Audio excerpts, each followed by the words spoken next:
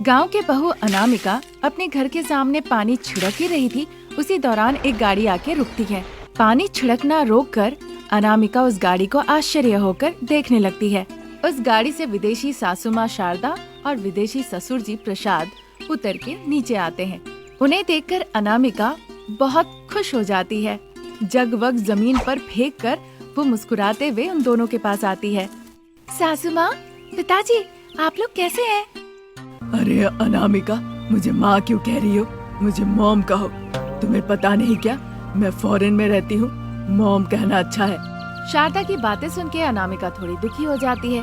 उसका चेहरा उतर जाता है। ये देखकर प्रसाद कहते हैं, आहा, कितना प्यार से तुम माँ के पिताजी कहती हो। तुम्हें पता है, मुझे बहुत खुशी हुई। प्रसाद की बातें सुन के शारदा गुस्से से प्रसाद से कहने लगती है, आप विदेश जाने के बाद भी बिल्कुल बदले नहीं। कोई परिवर्तन नहीं आया है आपका स्वभाव में। और अच्छे से सुन लो, मुझे माँ और इन्हें पिताजी मत कहना। Be careful. वो बात नहीं है माँ जी। फिर से तुमने बुलाया? You stupid. अगली बार तुमने ऐसा कहा ना, फिर मैं तुम्हें छोड़ के चली जाऊंगी। आगे तुम जानो। ये सुनकर अनामिका बहुत घबरा जाती है। अब नहीं कहूँगी माँ पिताजी, मॉम डैड कहकर ही बुलाऊंगी। हाँ गुड। कार में हमारा लगेज है, जाओ लाके बेडरूम में रख दो। ऐसा कहकर शारदा घर के अंदर चली जाती है। अनामिका, सावधानी से लगेज ले आना, देखना चोट ना लगे। ऐसा कहकर प्रसाद शारदा के पीछे पीछे चले जाते हैं। अनामिका कार के पास जाती है, डिक्की खोलती है, फिर लगेज लेके वो अंदर आती है। शारदा और प्रसाद अपने बेडरूम के बिस्तर पे बैठे हुए थे। अनामिका उनका लगेज ले आके बिस्तर के ऊपर रखती है। मॉम, आप लोगों के खाने के लिए क्या बनाओ? गुड। जब भी तुम मुझे बुलाओ तो तुम मुझे इसी तरह बुलाया करो। ठीक है मॉम। अब बताइए, आप लोगों के लिए खाने में क्या बनाऊं मैं? चिकन, मटन, फिश, एग, जो भी तुम्हारे पास है तुम बनाओ, पर बस अच्छे से धो लेना। ठीक है मॉम। डैड, आप क्या खाएंगे? दाल तड़का बनाओ। कई दिनों से देसी दाल तड़का नहीं खाया। ठीक है डैड। देखो बेटा, मैं कहीं भी रहूं, चाहे कुछ भी हो जाए, तुम पिताजी कहकर ही बुलाना। पिताजी शब्द में एक अपनापन है, डैड शब्द में अपनापन नहीं दिखता। उनकी बातें सुन के अनामिका शारदा की तरफ देखती है। देखो अनामिका, उन्हें जो पसंद है वो बुलाओ, बस तुम मुझे मॉम बुलाना, ये माँ जी मत बुलाना। ओके? ठीक है मॉम। ऐसा कहकर उस कमरे से बाहर चली जाती है अनामिका। शारदा अपना लैपटॉप खोल के काम करने लग जाती है। प्रसाद आराम से बिस्तर पे जाके सो जाते हैं। फिर थोड़ी देर के बाद शारदा और प्रसाद दोनों को ही भूख लग जाती है। उन्हें लगा कि गांव की बहू अब तक खाना पका लिया होगा, इसीलिए वो फ्रेश अप होके बाहर आ जाते हैं। तभी उन्होंने देखा कि एक गीला बकरी कांप रहा है, मछली पानी में खेल रहे हैं और एक कटोरी में अंडे तैर रहे हैं। गांव की बहू अनामिका ने आखिर में ऐसा क्यों किया? ये बात को लेकर शारदा प्रसाद एक दूसरे को देखकर हैरान थे।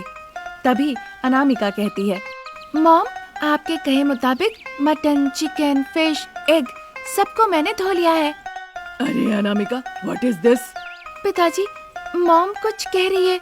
क्या कह रही है? ये सब क्या है बहू? पिताजी, जब मैं आई थी पूछने के लिए कि मैं खाने में क्या पकाऊं, तो मॉम ने कहा था कि चिकन, मटन, फिश, एग सबको धो लेने के लिए, इसीलिए सबको मैंने अच्छे से धो लिया है। हाँ, वो तो मैंने कहा था। इसीलिए तो मैंने संतूर साबुन से सबको अच्छे से धो लिया है। देखिए तो सब फ्रेश है कि नहीं। ये सुनकर प्रसाद अपने सारे दांत निकालकर जोर जोर से हंसने लगते हैं। शारदा गुस्से से अनामिका को देखती है। गांव की बहू वाली हरकत तुमने आज कर ही दिया। शिट, अब मुझे ऑनलाइन ऑर्डर करना पड़ेगा।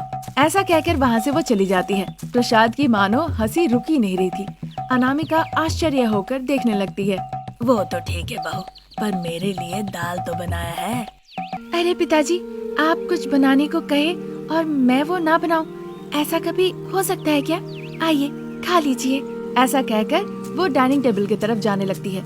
प्रसाद भी अनामिका के पीछे पीछे डाइनिंग टेबल तक आते हैं और खाने के लिए बैठ जाते हैं। अनामिका गर्मा गर्म चावल और गर्मा गर्म दाल परोस देती है। प्रसाद दाल देखकर उसकी खुशबू सूंघकर वो बहुत उत्साहित हो जाते हैं। आह, खुशबू से ही मेरा मानो पेट भर गया। तो क्या मैं इन्हें वापस ले जाऊं पिताजी? अरे अरे वो मत करना बहू, यही रहने दो, मैं लेके खा लूंगा। तुम्हें अगर कुछ काम है तो तुम जाओ।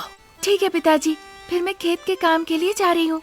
खेत के काम पे मत जाओ, पहले चिकन, मटन, फिश, अंडा सब बना लो अपनी सास के लिए।